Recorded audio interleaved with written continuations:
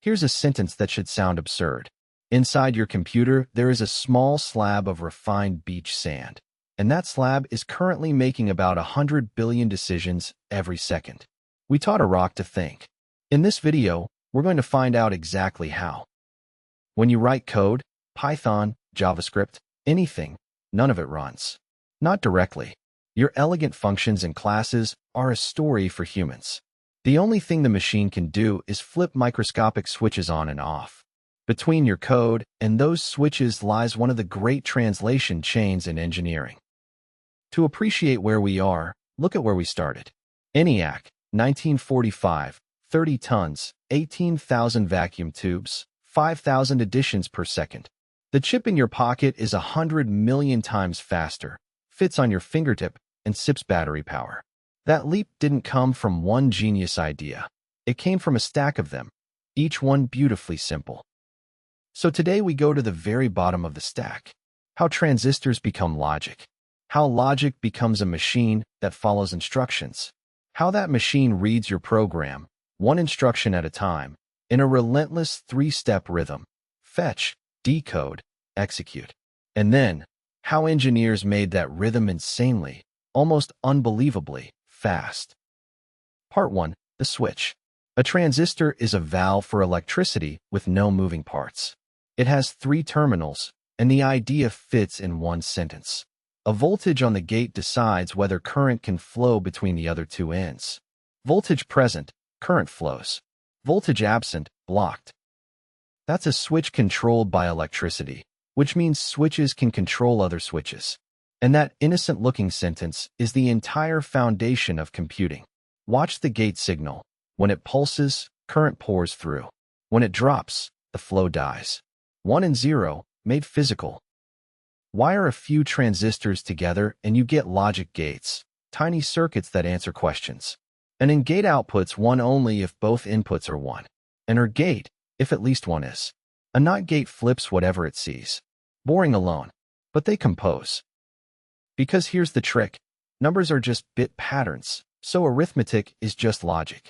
Feed 2 bits into the right gate combo, and you get their sum and a carry, a half adder. Chain 32 of those, and you have a machine that adds real numbers. No intelligence anywhere, just wiring. Gates can do one more magic trick. Remember, wire 2 NOT gates in a loop. The output of each feeding the input of the other, and the circuit gets stuck, deliberately, in one of 2 stable states. It holds a 1 or a 0 for as long as the power stays on. That loop is the seed of every register and every cache, computation and memory, both born from the same switches. And how do you build billions of these? You print them.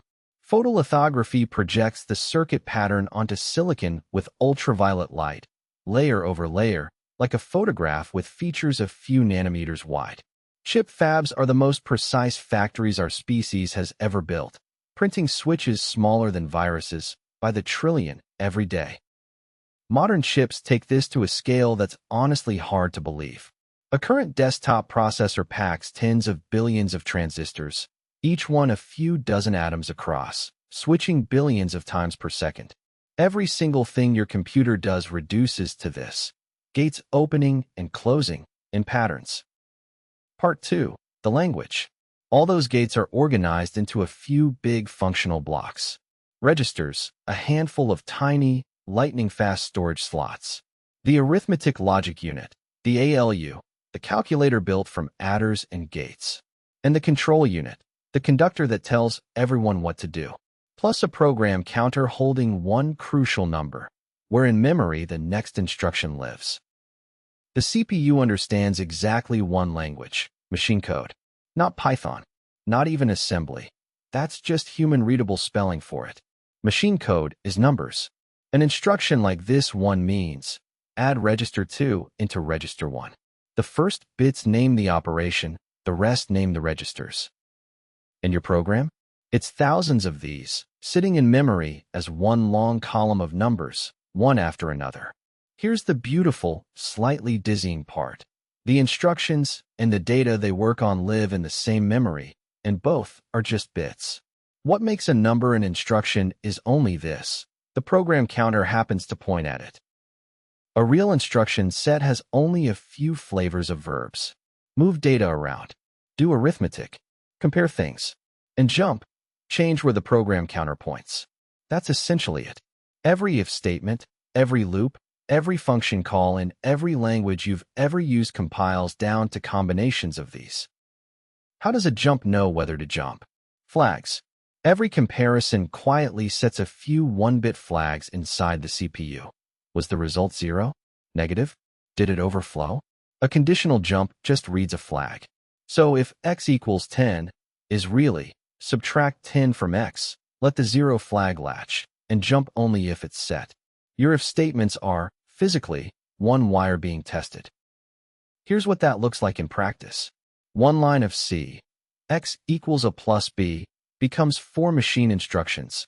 Load A, load B, add them, store x. The compiler is the translator, and we'll dedicate a whole video to it. For now, the point is this. By the time your program runs, there are no variables, no functions, no types. Only registers, addresses, and these tiny mechanical verbs. Part 3. The heartbeat. Everything a CPU ever does is one loop, repeated forever. Step 1. Fetch. The program counter says the next instruction is at address 4. The control unit reaches into memory, grabs the number stored there, and pulls it inside the chip.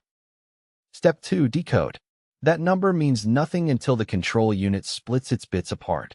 These bits say it's a load. Those bits say which register. The rest say which memory address. Millions of transistor switches configure themselves into exactly the circuit this instruction needs. The chip physically rewires its behavior in a fraction of a nanosecond.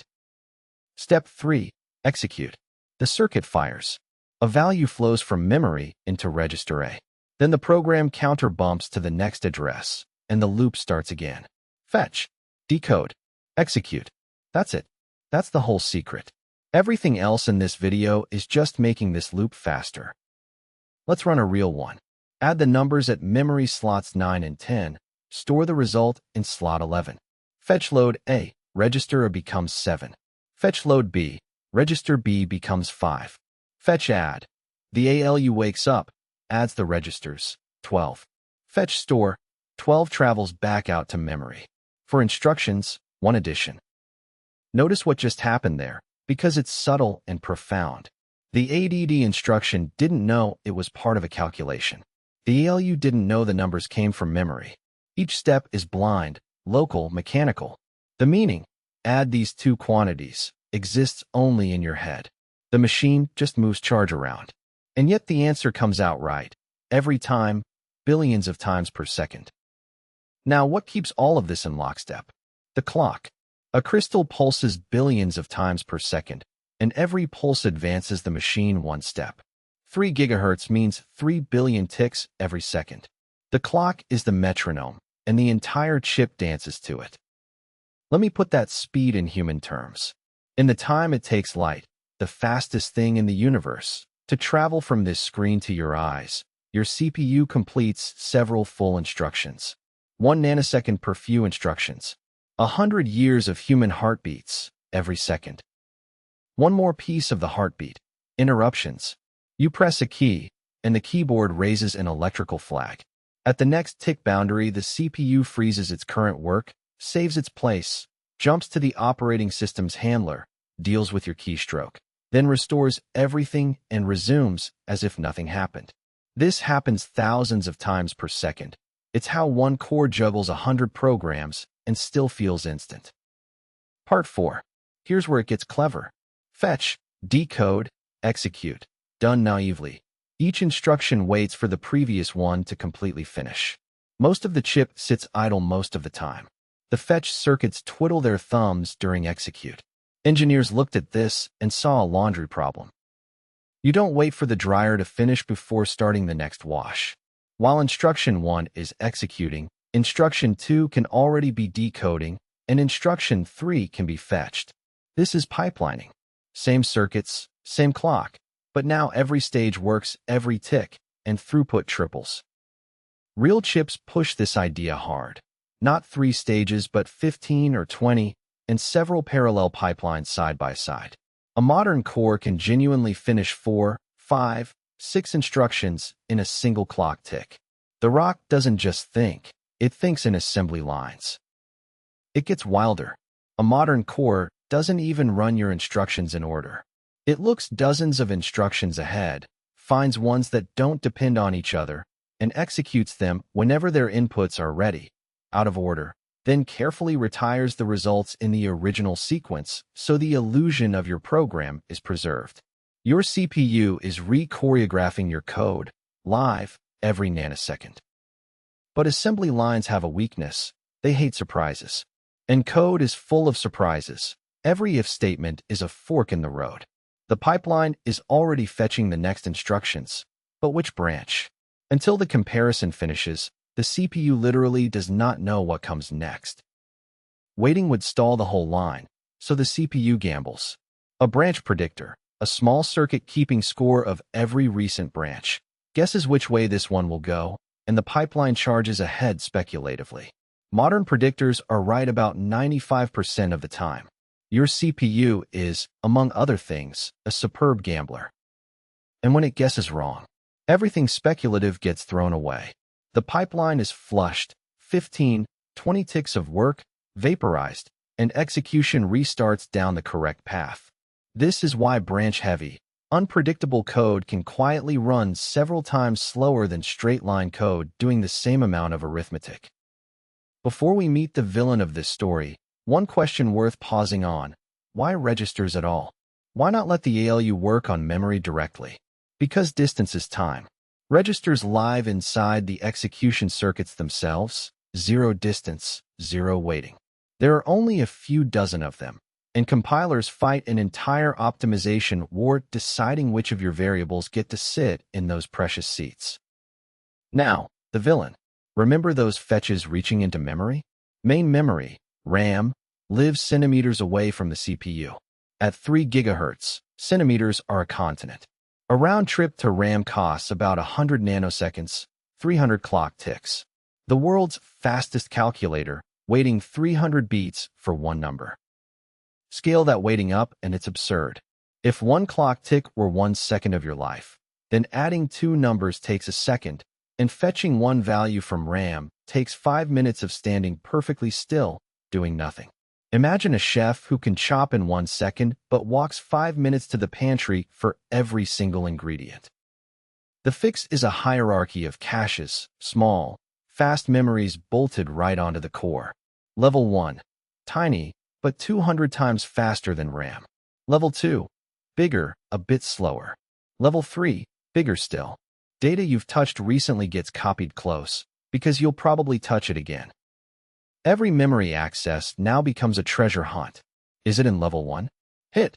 1 tick, basically free. Miss. Check level 2, level 3, and only then trudge out to RAM. The difference between a program that lives in cache and one that constantly misses is not 10%. It can be 100x. This is the hidden reason some code is fast and some is slow. Loop through an array front to back, and the cache preloads your data in neat streams. Nearly every access hits. Chase pointers scattered across memory, and every step is a cache miss. Same big O, same algorithm on paper, 10 times slower in silicon. And this is also why clock speed stopped climbing. Around 2005, chips hit a power wall. Faster ticking meant heat that couldn't escape the silicon. So the industry pivoted. Instead of one faster core, give you 4, 8, 16 cores. The free lunch ended. Parallelism became the only road forward. That single engineering wall reshaped how all modern software is written. Every async framework, every thread pool, every parallel library exists because of the heat coming off that little slab. So the modern picture of speed is upside down from what most people imagine. The CPU is almost never the bottleneck. It's starving, waiting for data. Great engineers don't optimize arithmetic. They optimize memory access patterns. Feed the beast, and the beast is unstoppable. Let's zoom all the way back out. Transistors, switches made of sand. Gates, switches asking logical questions. An ALU, gates doing arithmetic. Registers, a program counter, a control unit. and the eternal loop. Fetch, decode, execute, billions of times per second. On top of that, pipelines that overlap work like an assembly line, predictors that gamble on your if statements and win 95% of the time, and a pyramid of caches fighting the tyranny of distance. That is what's inside the rock. That's what runs your code. And knowing this actually changes how you write software. Keep data compact and contiguous, and the caches love you. Make branches predictable, and the gambler keeps winning. Give the compiler simple, honest loops, and it fills every pipeline slot. You never see the machinery, but write with the machinery in mind, and the same algorithm can run 10 times faster. The rock rewards those who understand it. And here's the thought I'll leave you with. Nothing in that chip understands anything. Every layer is dumb.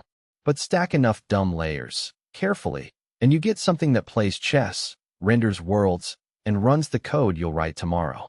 If this changed how you see your computer, stick around. Next, we're opening up more of the machine.